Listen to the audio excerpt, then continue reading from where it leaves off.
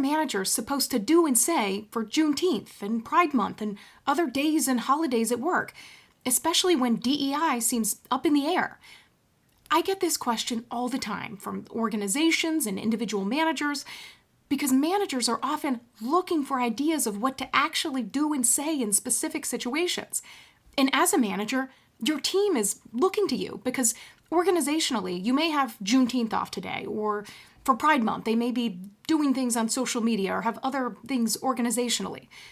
But as a manager, you are the organization's culture to a lot of people on your team. You're the person that they hear from and look to the most.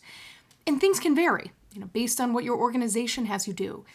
But one thing I often say as a manager is no matter what your background, what your perspective, something that can help in any situation is to think about, what can I do to make my team members feel less like the other?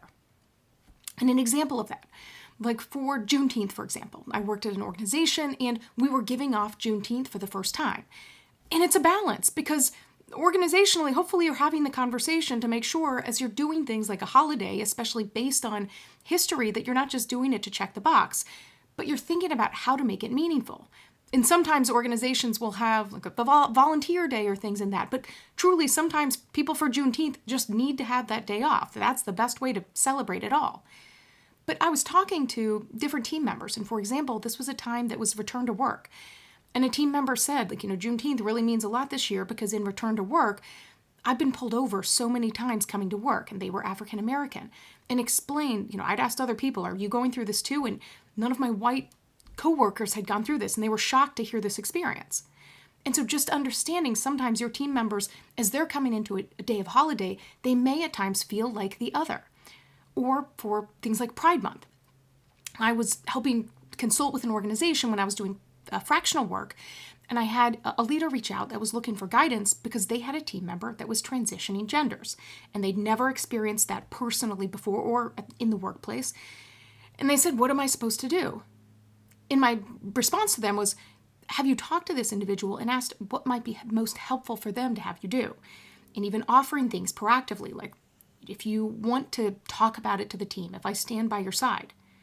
And in the end, that's exactly what happened. This colleague wanted to have the conversation with everyone at once because they wanted to have it rather than it go around.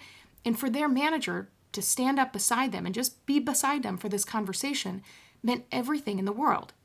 And to the manager afterwards, they'd said, I don't know how I didn't think about that myself, but often the answer is, as you're going through day in and day out work, you're just going through the work and you're not focused on the actual people experience or how it can be very different for people other than you.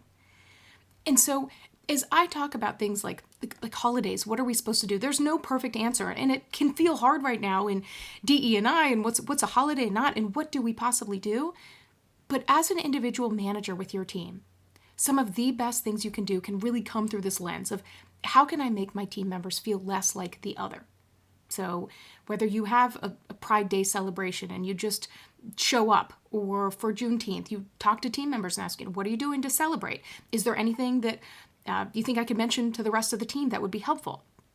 Bringing these topics up in a way that's caring and genuine, because every interaction you've had before that can impact how someone feels when you ask them. Like for Pride Month, if someone is LGBTQ+, then when you ask them, what might be helpful for me to do to help support you?